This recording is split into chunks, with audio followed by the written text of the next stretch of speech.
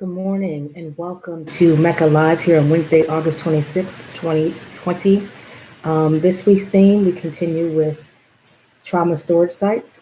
Today's topic, when tiny storage bins break. So we've been exploring trauma, the impact of trauma, how trauma presents itself in the body, different types of behavior, etc. this whole week. But today we're going to focus on tiny storage bins that break. So obviously we're talking about children and childhood trauma and how children tend to generally, according to the research, tend to respond and or react to trauma. Before I get into that, I want to remind you that yesterday I wasn't able to complete all the information that I had prepared. So I've woven it in between today and tomorrow. So part of the recap will be obviously recapping what we discussed thus far, but also including some of that information that I wasn't able to share yesterday. So let's do that really quick. Yesterday we discussed, we started unpacking post-traumatic stress disorder and also post-traumatic stress syndrome, and then psychological traumas and those impacts. So that's part of the information that I wasn't able to complete yesterday during that segment. So that's where we're going to begin. But I want to say this first. It's a lot of technical stuff, right? It's a lot of information. Those of you who've watched the MECCA lives on Facebook, okay, sometimes it's a little lighter than this, especially on Wednesday, because Wednesday was traditionally our Pick Us Up Wednesday. I wanted to finish this series. This is serious subject matter, and I didn't want to make light of it. The other thing is, how in the world am I going to be able to educate and nurture and assist my children if I haven't gotten a handle of some of the things that unsettled me growing up? If there are things that, and again, we don't have to be these major things. Like what may seem major to you may not be to me, and that's one of the key points that I want to mention today was the objective subjective situation, right? Sometimes we look at these situations and we think, well, isn't that big of a deal? Why are they acting like that? But I want to make clear that it's not the objective circumstances that determine the reaction or whatever happens, right? It's the subjective piece. Like that's what happened to me, and that's how it resonated within me. That's my business, right? It doesn't have to look like my response and my reaction to a situation or event that left me feeling helpless or left me feeling like my life or my livelihood or whatever the case may be was threatened to the point where I didn't know what to do. It doesn't have to look like anybody else's. It doesn't have to be qualified by anybody else's. So I want to make that point clear. The other thing I wanted to say was, and I've alluded to it before, and I've said it differently, but I'm going to say it directly today. Many of us have children that are returning to school or have returned to school. Understand that even in my lifetime, and I was born in 1970, there was not a major health crisis to the tune of this pandemic. And so while there are things that I lived through in major news and across our nation, it doesn't match this. And even as an adult, as I navigate the impact of COVID-19, how it affects, again, you've been hearing me say this a lot, how it affected my family's financial economy, right? How it impacts our schedule, how it impacts impacted and impacts going to work, getting the kids, these kinds of things. We had a normal routine. We had a set routine that was in place for many, many years that got disrupted like that. And then I find myself as an adult parent in this position where, okay, now I have to adjust, but I don't have all the pieces, right? I don't know because normally if I do this, then that affects this, this, and this. So I have those pieces to be able to navigate around different situations, but I don't even have that, right? And some of them have come back, and some of the pieces are kind of tenuous and temporary to help me adjust, but I'm an adult. And I have to make those things work.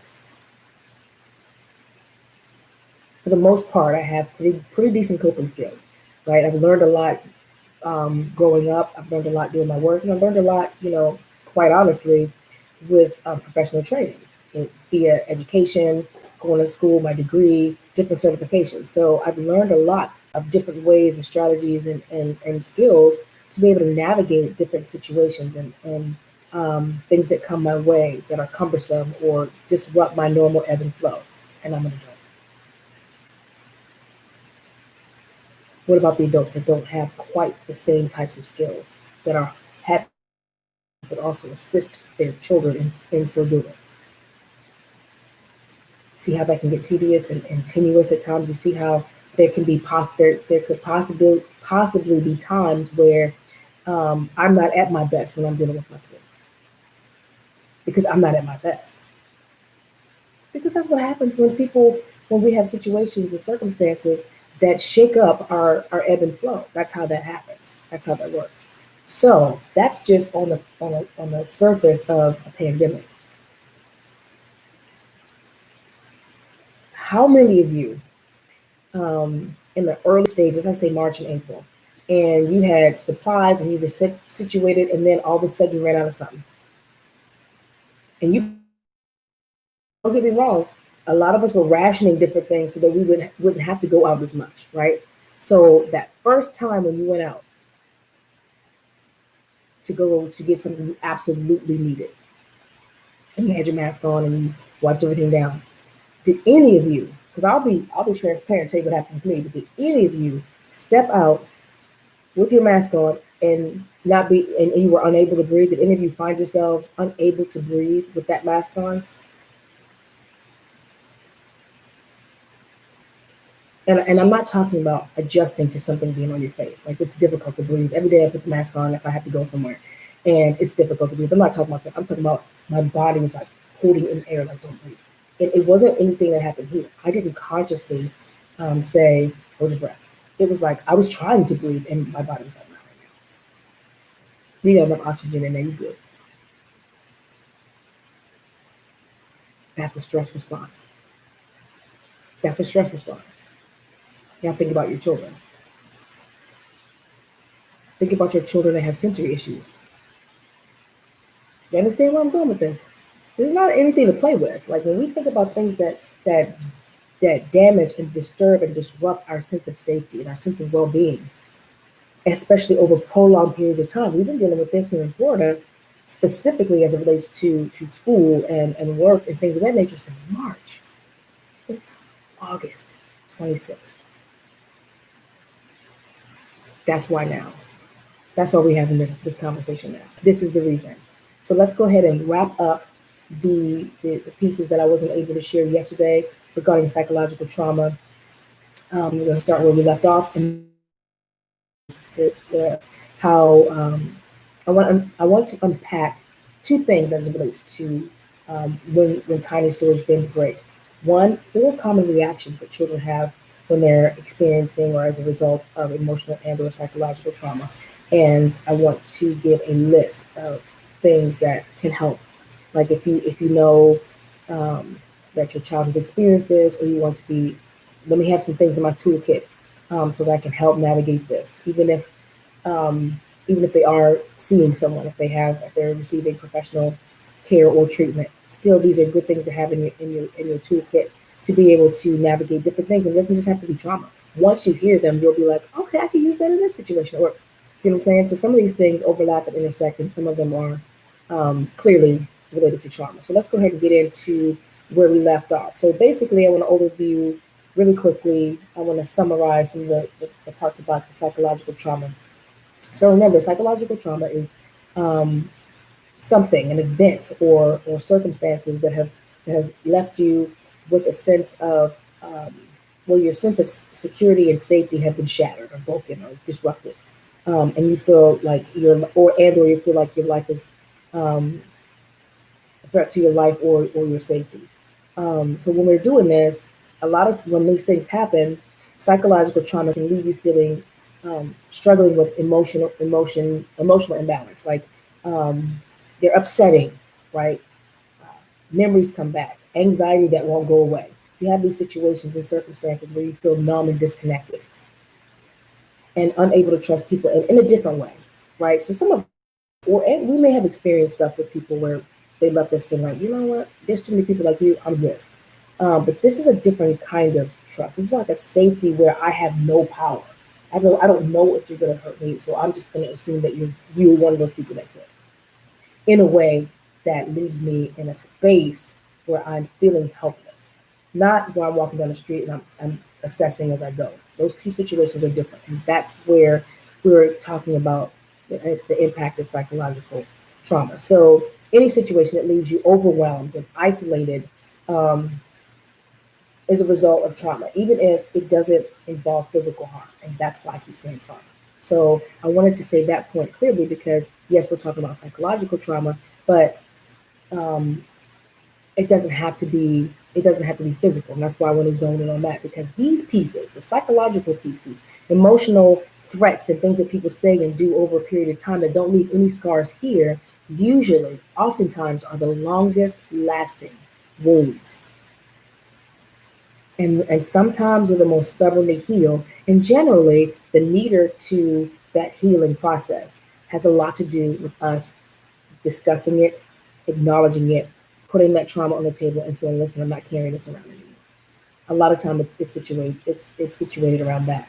So again, trauma doesn't always have to involve physical harm. And it's not the objective circumstances that determine whether an event is traumatic, but your subjective emotional experience of the event. Something happened, I experienced this thing, or I witnessed this thing, and then this is the experience I had. That's the subjective part. That's the part that happens just within you. And so, just briefly to recap the three types we talked about yesterday. We talked about chronic. I'm sorry. We talked about acute. We talked about chronic, and we talked about complex traumas. Those were the three boxes. One event, such as an accident, an injury, a violent attack, or something that happened once or unexpected, right? Um, Ongoing, so that first one is acute. The next one is chronic, ongoing, relentless stress. So what are we talking about? Living in a crime-ridden environment. That was one that was on in some of my research. Battling life-threatening illness, experiencing traumatic events that occur repeatedly, such as bullying. See where I'm going with this? Bullying, domestic violence, child abuse, things of that nature, or neglect. So then the complex one. Remember we talked about happening in tandem, happening concurrently, and or simultaneously. So, and these are the ones that tend to get overlooked. So, um, surgery, especially those that took place within the first 3 years of life. So, if we have children that are born with certain issues, surgery after surgery after surgery, that can be, sudden death of a loved one or someone close, breakup of a significant relationship, and understand that these don't necessarily have to be romantic relationships. These could be a relationship, period. It could be your friend that you've had since first grade, and now you are at 16, and for whatever reason, that relationship is resolved. That's going to leave a big hole, right? Especially if it's a significant one. Um, a humiliating or deeply disappointing experience, especially if someone was deliberately cruel. So that could be parents, that could be family members, that could be friends, that could be classmates, that could be people at school, people at work, people in different clubs, right? So I wanted to be clear about that. We talked about coping. I mentioned the Buffalo Creek example from the flood in West Virginia in 1972. So and I mentioned about the fires in California and the storms headed to the Gulf Coast as an example of natural disasters. But I want to also remind you of this. We've been bombarded on social media and on the news with many images, many disturbing and horrific images, whether it's issues of the bombings in the Middle East, or if it's um, um, police shootings, or crime in the community, or whatever, right? We have all these things happening, these numbers and these pictures and these images that just happen, and not just on the news, social media as well. And so, viewing these images over and over and over again can overwhelm your nervous system. And when it becomes overwhelmed, oftentimes it creates a traumatic stress reaction. So that can happen just by watching. It sure can. It sure can. And that's one of the reasons why you see people say, I'm gonna take a break from the news. Not that I want to be uninformed, but the constant images, the constant. And sometimes people say, I'm gonna watch the news at 6 p.m. Or I'm gonna watch the weather in the morning and traffic, and then watch the news in the evening. Um, Whatever works for you. But that steady stream, that steady diet of traumatic and horrific and disturbing images does play a role on the psyche and mentation, even if you're not like, oh, that bothered me. It still has an impact on our psyche. And so while any one of us can experience traumatic experiences or events, we are more likely, and this is based on research, we are more likely and more prone to experience more if we have already experienced traumatic situations and have not resolved them. Now, when we think about childhood situations, we are less likely to be able to deal with these kinds of things if we've recently suffered a series of losses or have been traumatized before, especially if it's early in childhood. So, childhood trauma can result from anything that disrupts a child's sense of safety and/or well-being. So, if we let's give some examples: an unstable home environment or unsafe, separation from a parent, serious illness, intrusive medical procedures. That's a lot, right? Sexual or verbal abuse, domestic violence, and child neglect. Um, Make sure that we have this big container where we can put all this stuff in, and then we can tighten it up as you see fit. But experiencing trauma in childhood can result in severe and long lasting effects. So, how does that look? Generally, our language as children is crying in our behavior. That's the best way we as adults, and especially those of us who are mental health professionals, are able to gauge what's happening. Because sometimes the language, as far as words and sentences and vocabulary, may not be there to properly explain where they are, right? So we have to watch the behavior, listen to the different themes that they're talking about. Because to say, well, when I was 17, when I was 3.5, we may not be able to put all that together. So we deal with it in many ways. Maybe play therapy. Because the thing about play therapy is you're distracted, you're talking. That's the biggest part. Um, so how does that impact children going forward? Let's get into it. So 4 common reactions of children um, who have experienced emotional and psychological trauma. I'm gonna name the 4. I'm gonna break them down. Regression, blame, so they feel like it's their fault, sleep disorders, and feeling helpless. So, regression. Many children may feel the need to go back to or return to an earlier stage where things felt good, they felt safe. So, they may begin to wet the bed or want a bottle. Those are the younger children. The older children may fear being alone. But it's important to be patient and understanding and comforting during this time because they're trying to figure out their sense of normalcy. They're trying to get to a place where they feel comfortable. So to where they feel safe. And if your child begins to respond this way, just try to be patient and try to be comforting and kind with them. Relationship is going to be the biggest thing. As long as I know that mom cares about me, as long as I know that dad is there for me, then that may speed up. Not that this is a thing of speed, but that may escalate the healing process because now you are making me feel safe in this very unsafe situation or this very unsafe place where I am. So I'm experiencing this sense of unsafe and uncertainty, but you are creating an environment where I feel safe to feel unsafe, if that makes any sense. Um, and so it's my fault, right? So children under 8, I think that was the age that I saw in the research. Children under 8 tend to think if something goes wrong, it's their fault. What did I do? And we've seen that, right? We've seen that with children whose parents get divorced. What did I do? If I had just been a good kid, then this would have happened. And be sure to explain to your child that they didn't cause the event. And you may have to say that repeatedly. You may have to say that more than once, right, for them to get that. Number 3, sleep disorders. So some children have difficulty falling asleep. Some children have difficulty staying asleep. And some children don't want to go to sleep because they have these disturbing and troubling dreams. So um, some of the things that they mentioned that would help would be get a stuffed animal that they really love or something they really care about. Stuffed animal, soft blanket, or flashlight for them to go to bed with, just so they can have that extra piece of safety. And remember, this is age appropriate, so depending upon the age, spend some extra time with them in the evening, either quiet activities or reading or just that extra time. And then again, can't say it enough. Be patient and kind and take the time that's needed. It may interrupt your evening. It may mean that you don't get to go to bed as early. You don't get to transition into some of the things that you do before your evening routine. It may come into that, but the more we do on the front end, the better we are on the back end, right?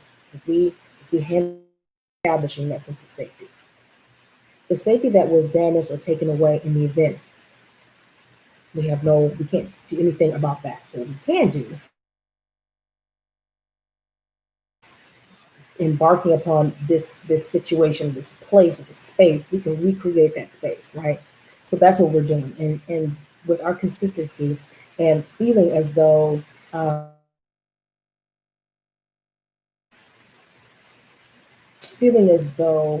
no matter what happens, I'm okay. What is huge for anyone, but especially children, because remember, there's that uncertainty. I don't have control. They know that they don't have control. There's many things that they don't have control over. And the older they get, the more responsibility they have, the more control they have. But right now, I don't know what happened. I don't know why. But actually a sign of advanced thinking. But we'll go into that another time. Can sleep through the night. So just keeping that in mind. And then and within your child's temperament and personality is the last one. Fearing risk again, that in and of themselves don't be unsafe events. And so and when they come, those are the four: regression, it's my fault, sleep disorder, and feeling helpless. 6, 7, 8, 9, 10, 11, 12, and then we're gonna wrap it up. So make all feel safe. What does that mean? Again, age appropriate, and what works, what resonates, act calm, privy to it as well. So children look to adults for reassurance after the trauma or after the event. So you're in a situation, but generally you want to make this about them, right? So and also be mindful of your tone because kids can tune in. They can pick up on anxiety and tone, and facial expressions, body language, and things of that nature. And if you look like or you present in a way that seems like you're on edge, then they're going to get their cues from you. That's what kids do. Maintain routines as much as possible. So, in so doing, we're communicating to your child that life will be okay. We can regain our normalcy, right? So, establish new norms. If something happened, if the trauma or the event or the situation disrupted your way of life so much so that you may be displaced, right? If the family home burned down, right? Or I'm trying to think of examples that are quickly you've been displaced or relocated or whatever the case may be, reestablish a sense of normalcy by putting as many things in place as was in place before. So that may be um, dinner time, um, family rules, whatever the routine was that you can re-implement and put back in place. Do that as soon as possible and remain consistent with that because that's going to create that sense of safety, that normalcy inside that safety. Helping children enjoy themselves. So encourage them to do activities, whether it's what they used to do before or something that you know that they like. Playing with others because it's a distraction, but it too also creates a sense of normal. What happened because I remember being a child and oh no, it's okay. I know it's not okay. You don't have to give me the whole Bible, just give me a couple chapters, right? So having knowledge is important. And a couple things happen. One, understand it depends on the situation, depends on your child. But the other reason that it's significant for us to give information to our children is because then our children begin to have trust this way, right? And nurture our children and teach and train our children so that they do different things that demonstrate that we can trust them. If I know that all I have to do is tell you once to make sure the stove is turned off and blah blah blah, I don't have a problem with you in the kitchen if you demonstrated that you do that, right? All I have to do is say it and you do it. I don't have to worry. But if there's inconsistency in that, and I've said turn the stove off and make sure the stove is off before and after you cook, and I go in the stove, I'm not going to be so easy about letting you use the stove, right? You have to earn that back. You have to show me that I can trust you in that regard. It works both ways, right? Example, my son asked where babies came from when he was 7. So the details were, there weren't a lot of details. And I didn't even get to finish the story because he said, that's disgusting, no way. And I hadn't even got to the point where, wait, do they have on clothes? And I was like, oh, that's disgusting. He went off into his room. I didn't. So my point is keeping their maturity level in my within, you know, within reason. So sharing that information is important because we're able to um, have that two-way trust. But be honest, be brief, allow questions, and then don't assume that what's important to the adults in the situation is important. How would we? Let them talk and let them ask their questions. Pick good times to talk too. So look for the natural opening for a conversation because they can tell when things are contrived and it makes them feel uncomfortable, right? And you know that just remember I said some of these things will be able to be some of these things are useful in other situations outside of trauma. That is key to conversations with children at all, but especially those difficult ones that we have to project the maturity level of your child, you know where they are, but that ongoing constant, in the news because each news outlet is going to be covering the same story. They had to cover it multiple times because we don't know when people are watching, we want to get those numbers up, whatever. But in that age range, again, with the maturity level, you understand where they are. Sometimes that seeing something over and over and over seems like it's always happening. And as they continue to process information, they'll understand, well, that's the same story. But the same types of stories keep getting repeated and the same types of stories keep getting reported. So that must just be the way everything is. Oh my gosh, what a horrible world to live in. And I remember, I'm only using this as an example, not to promote, support or anything. But I think it was Bowling for Columbine where Mike Myers put Michael Moore, not Myers, he's the, anyway. In there, he talked about the news, how the news is different in one country to the next. And in America, we're just, it's happening over here. It's like, oh, and there's something bad happened, but check this out, right? It was like the whole tenor of it. That's my point for that, like making sure that the difference between something being ongoing and everlasting to temporary or situational. It's hard to gauge that as a child when the news is just constant, constant, constant, constant, constant. When I was when my children were small, I watched the news at a different hour, like after they went to bed, or I watched it in a different room, right? Um, and remember, there are a lot of things happening when they were young.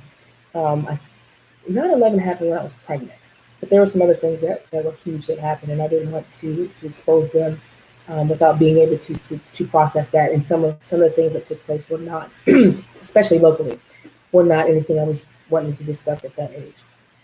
Understanding we have a couple more youngins, and so do adults, but especially children. So um, letting them know that some children that are normally outgoing and bubbly may tone that down a little bit. They may want to be alone. They may want to be with friends more than, like okay, all the time you're with your friends. Sometimes that's a buffer. Sometimes it's a distraction. Sometimes it's just like too many things are happening and I need this to feel normal, right?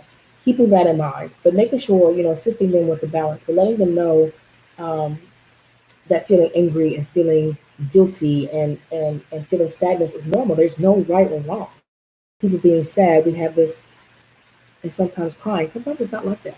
Sometimes how I am when I'm sad may not look like everybody thinks it should look, or may not look like we are used to seeing me being sad, right? So she's not sad, she ain't crying. She's not sad, she's not. So letting them know that because how they're used to reacting and what they're used to feeling and experiencing in certain emotional reactions may change, but that doesn't mean it's not the same emotional reaction. So letting them know that so that they can begin to be kind with themselves and allow themselves to experience what they experience. We are at 31 minutes. I'm almost done, so I'm just going to keep going. But remember, if you have to go, you can always come back and watch it again. So listen well, like don't lecture, let your child explain how they feel and let them know that, let me say this first. If you're going to tell them this, you have to stick with it. But let them know that they can come and that you're willing to listen and talk to me at any time.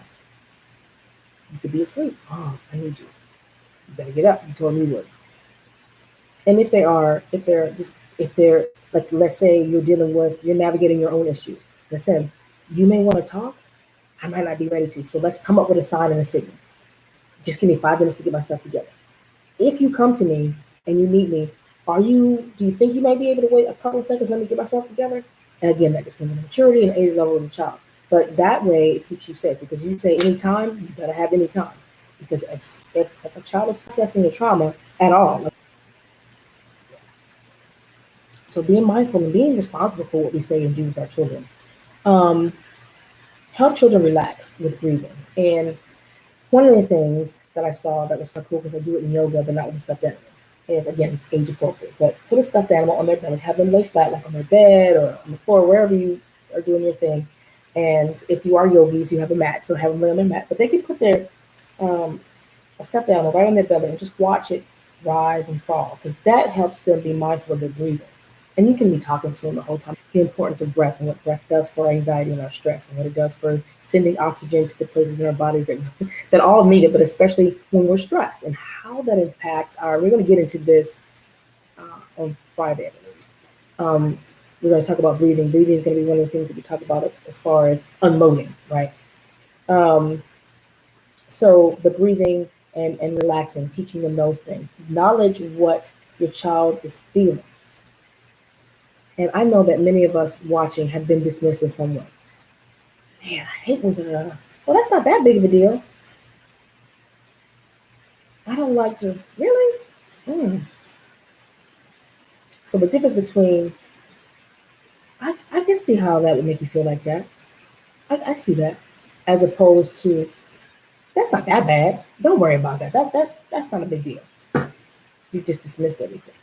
And I have watched and have been um, part of the rescue, part of the relationship rescue team for parents who have had to restore or seeking to restore the relationship with their child because in that one dismissive comment, because you don't know what the child is coming with, you don't know what they're thinking, what they're going to say.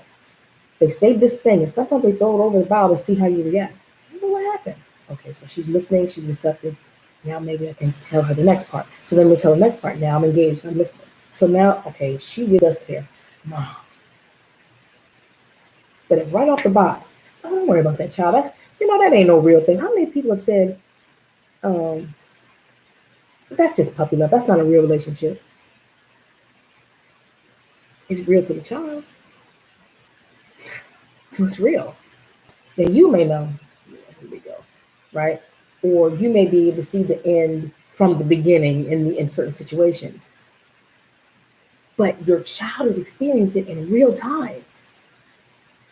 You're back here looking at the whole thing, and all they can see is this piece. If you dismiss where they are in this piece, in their mind, you're dismissing every everything, all parts involved. And now the message sent across the bow from you to them is that doesn't matter. They hear what matters to me doesn't matter to them. I'm not gonna waste my time talking to a parent that don't want to listen. I'm gonna talk to my friend's parent, hopefully. Or I'm gonna talk to my coach, hopefully. Moreover, we talk to our friends. And that's how that plays out. So acknowledging how your child feels. This is not meaning you acknowledging it doesn't mean that you have to agree, doesn't mean that you have to support or anything. You just listen. You don't have to support what they're saying in the sense of with qualifying to, well, no, that didn't happen. Well, I can see that, but not this. No, just let them talk. This is their experience, how they're feeling. Allow that to be valid. And then the last one, I don't know, works. Mom, why did that happen? Baby, I don't know. I don't know. We may never know. Or, they may ask, well, what happened after this? I don't know, but I'm gonna see if I can find out. I'll do my best to find out.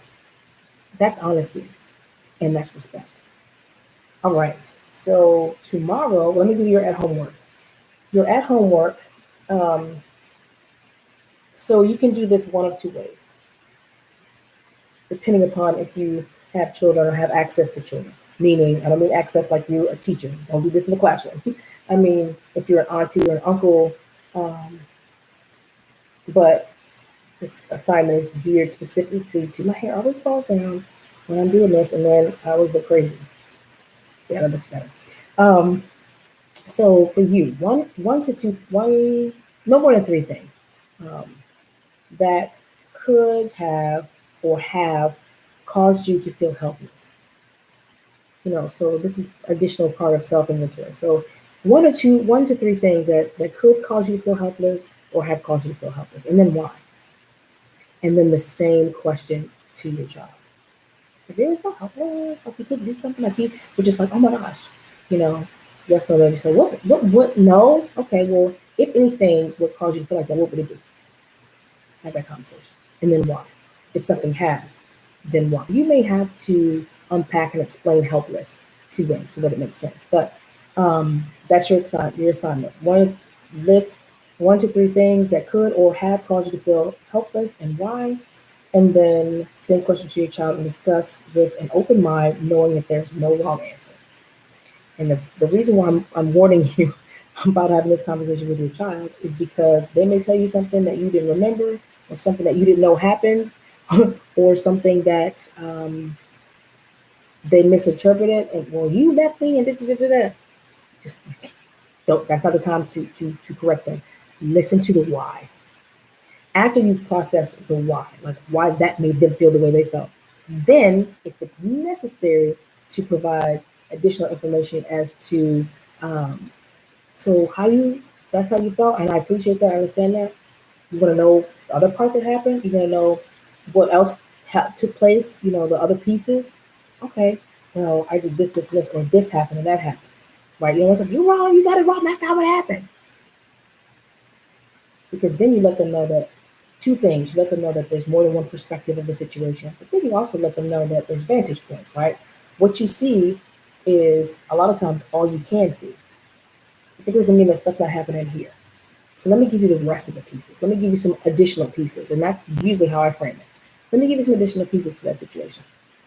Oh, I didn't know that part, but I didn't know your part either.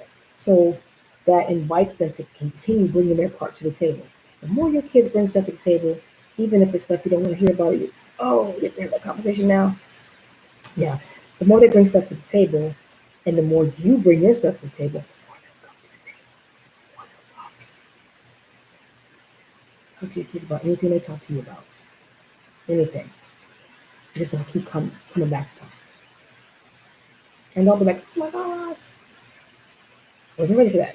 This is a good one that I use. Okay, really? I just wasn't expecting that. And on the inside, I'm like, oh my gosh, you're going to talk about this right now. So there's that.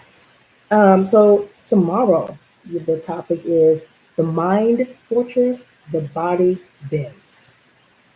Right. So we're going to unpack some of the ways that trauma is stored and those relief valves. Release valves, right? And that's going to lead us right into Friday as we talk about different ways to process and overcome it, but from the smallest level as far as the least intrusive. So diet, exercise, conversation with family, all the way to different types and modalities of treatment and therapy and assistance from professionals. So again, we will continue this week's theme, trauma storage sites. Tomorrow's topic will be the mind fortress body bin. So this controls the storage unit, and how we best utilize that. So again, as always, be kind to yourself that you may be kind to others, and speak life. See you soon.